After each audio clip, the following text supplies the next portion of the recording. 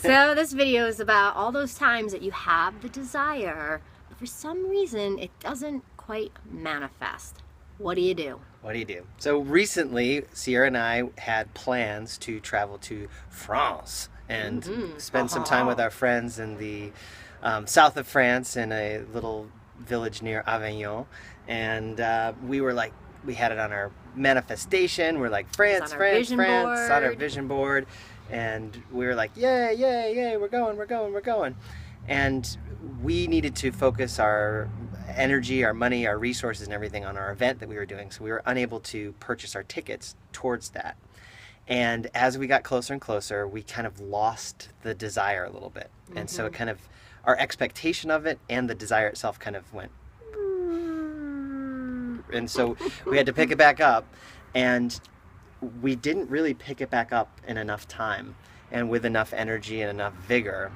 And so instead enough of belief and enough belief and trust that expectation that it was going to manifest. So tell me quickly about the expectations and desires, and then I'll finish this story. All right. So the way that you manifest is you have a desire. Most of us, that's easy. You have a desire, and then you have an expectation of that desire. But most often they are mismatched. The desire is way up here. The expectation of it actually manifesting is way down here.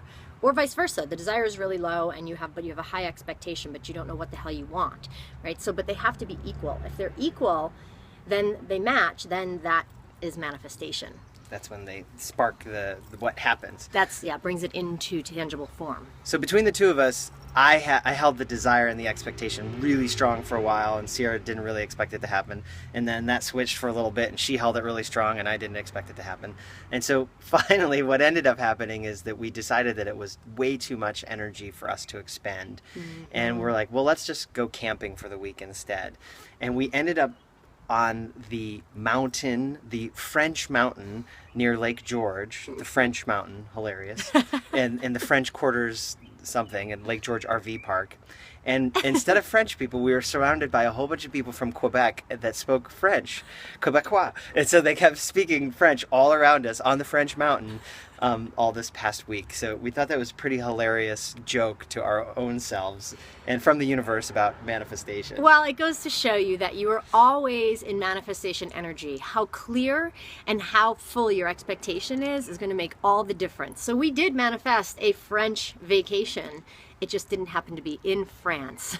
So it's humorous. It's quite humorous. So, and a good lesson. Yeah. So if you're wanting to manifest and you really want things to change in your life, you have to be so specific, so clear, and so fired up around your desire and the high vibration of your desire, as well as raising up the vibration of your expectancy, knowing full well that it will manifest, that it is destined to manifest, and not giving up on that no matter what else shows you otherwise. So desire, expectation have to meet. They both have to be in high vibration. We want to hear how it's working for you when you have a desire and your manifestation and your expectation.